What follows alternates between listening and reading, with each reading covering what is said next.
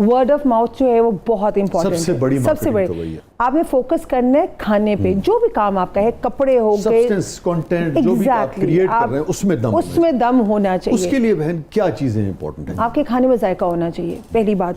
Quantity और quality में कोई कॉम्प्रोमाइज नहीं होनी चाहिए। With the passage of time जो हम एक घरेलू खाना बनाते हैं, पुलाव हो गया, आलू गोश्त हो गया, उसको प्रेजेंट इतनी अच्छी तरह करें, उसकी प्रेजेंटेशन इतनी अच्छी तरह हो। वो कहते हैं ना, पहले हम आंखों से खाते हैं, फिर हम नाक से, ठीक है, फिर हम मुंह में डालते हैं, खुशबू अच्छी, फिर हम मुंह में डालते हैं। तो ये 3 चीजें आपकी अच्छी होनी चाहिए। बट आप कोई कमी बेशी करना चाहेंगे बेगम साहबा की बात? वो आपने एक ट्रेडिशनल जो टेस्ट है ना, उसको आगे तक पहुंचाना है। उसको कैसे आप बरकरार रखते हैं हर मर्तबा?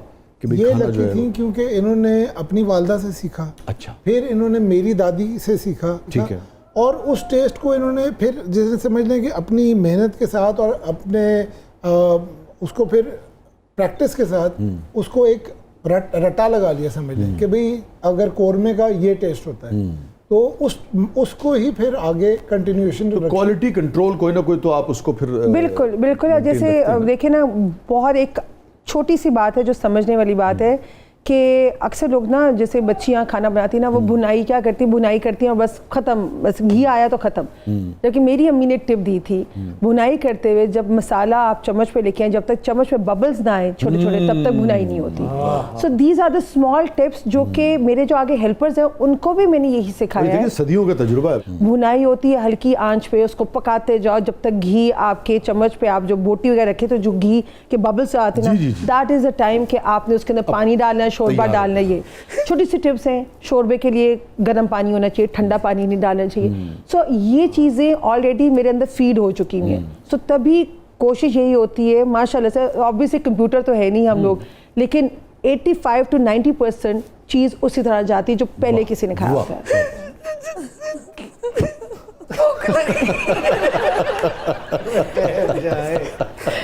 बट्टा ने टाड़ी मार देना।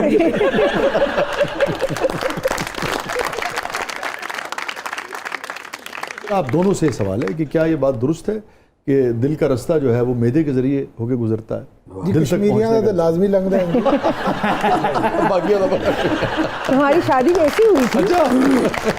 देखिए जी, वो बड़े बड़े रोमांटिक शायद बातें होती होंगी, जिसे कहते हैं ना, मैं तो एक ही बात पे फ्लैट हो गया था कि जब हमारी बात होती थी तो मैंने इनको पूछा कि जी आपको क्या पसंद है। तो मुझे इनको कहाँ से आमद हुई कि इन्होंने कहा कि जी मेरी तो बस यही ख्वाहिश है कि मेरे इन लॉज बैठे हों और मैं उनको खाना खिला रही हूँ। मेरे दिमाग में जिस तरह वो कार्टून में कैरेक्टर नहीं बना हुआ था, बल्ब जल उठते, लॉटरी लगी मेरी, मैंने तो मिलेगी।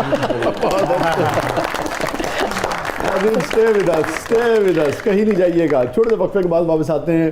पुरानी कहावत है, पता नहीं अब कितनी किस किस पे सादिक आती है कि नहीं आती, बट साहब पे बहरहाल सादिक आती है, क्योंकि आयशा साहबा ने उनके दिल पे जो कब्जा है वो मैदे के थ्रू किया है। और कहीं नहीं जाइएगा, छोटे वक्फे के बाद वापस आते हैं। हमारे साथ मौजूद है मोहम्मद अली भट्ट साहब, हमारे साथ मौजूद है मोहतरमा आयशा मोहम्मद अली भट्ट साहब। आप देख रहे हैं ज़बरदस्त। वैसे एक पुरानी कहावत और भी है, किसी के घर रहे तो खाना लेके भी आते हैं। ये कहावत नहीं सुनी आपने? ताड़े से दुआ में लेके आए।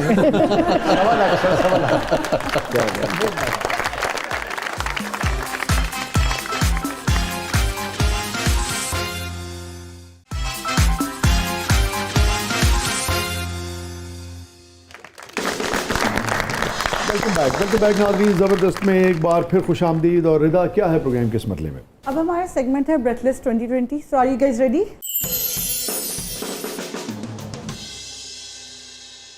रेडी? आलू गोश्त।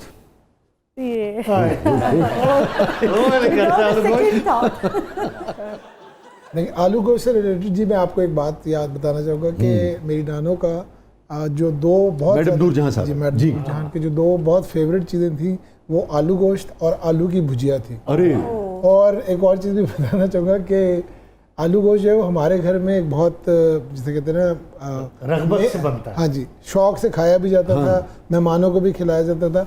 जबकि जो मेरा ससुराल है उसमें बिल्कुल नहीं था। उसमें तो ये था, जब कभी हमने आलू गोश्त बनाया तो मेरे अब्बू कहते थे क्यों किसी का ख़त्म दिलवाया है कि आलू गोश्त ले गए। अच्छा, मैडम को बहुत पसंद था? बहुत ज़्यादा। अगर आप आलू गोश्त और साथ पराठा, पराठा वो अक्सर इनको कहती थी बहू जी मेरे लिए पराठा बना दी। काश मेरे पास टाइम पे कोई वीडियो कैमरा वगैरह कुछ होता तो मैं रिकॉर्ड करती। जब वो कहती थी बहू जी ज़रा कुरकुरे वाला पराठा तो बना दें। तो मैं उनके लिए बनाती थी और बड़ा एंजॉय करके वो खाती थी। वाह वाह। तो फिर अब मेरे घर में आलू गोश्त नहीं इतना पसंद किया जाता था, तो फिर गोश्त लौट के आ जा, बिन तेरे जिंदगी अधूरी है। गोश्त गोश्त नारा।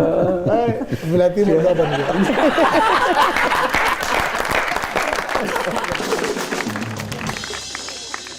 आपकी वालदा भी तो बहुत अच्छा खाना बनाती बहुत ओहो। अच्छा, उनका ना अदबी ज़ौक़ भी बहुत अच्छा था। मैं उस ज़माने में रात गए किया करता था, तो अक्सर मुझे ज़िल्ले हुमा साहबा की कॉल आती थी, उनको शो को पसंद आता था, तो हमेशा शी यूज्ड टू कॉल और प्रेज। इंटेलिजेंट लोगों को वैसे ही वो बहुत ज़्यादा अप्रिशिएट करती है। बड़ी बड़ी सलीके की, बहुत और करीबी। बहुत अच्छा खाना, मतलब कि अभी तक उनकी तरह की भुनी मुर्गी जो है ना, अच्छा। ना मेरे बच्चे भूल सकते हैं, ना मेरे ख्याल से हम जितना भी खाना बना लें, जो भुनी मुर्गी वो बनाती थी ना, वो कोई नहीं बनाता। चलिए, आई थिंक ये जो पेरेंटल वाली जनरेशन होती है ना, इनके शायद हाथ का बना हुआ खाना वैसे ही ज़्यादा अच्छा रहता है।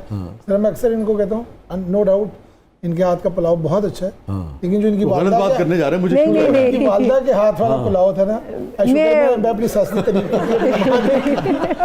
जो इनकी वालदा के हाथ का बना हुआ पुलाव था वो No बहुत ही doubt। अच्छा था। अच्छा, वाह, बहुत अच्छी बहुत अच्छी बात। ये फरमाइए, अभी आपने जिक्र किया 82 में जब आप मैडम के साथ गए हाँ जी, इंडिया, वो अब हमने तो बाद में लाजवाब वीडियोस में ही अब जो यूट्यूब हाँ का जी। शुक्रिया अदा करना चाहिए कि सारा पता लगा कि भी कितनी वहाँ उनकी पजीराई हुई, कितनी रिस्पेक्ट हुई। और कोई ऐसी बात जो यूट्यूब के जो वीडियोस अवेलेबल हैं उसमें ना हो या रिपोर्ट ना हुई हो? सर वो एक्चुअली एक 1991 का वाक़या है।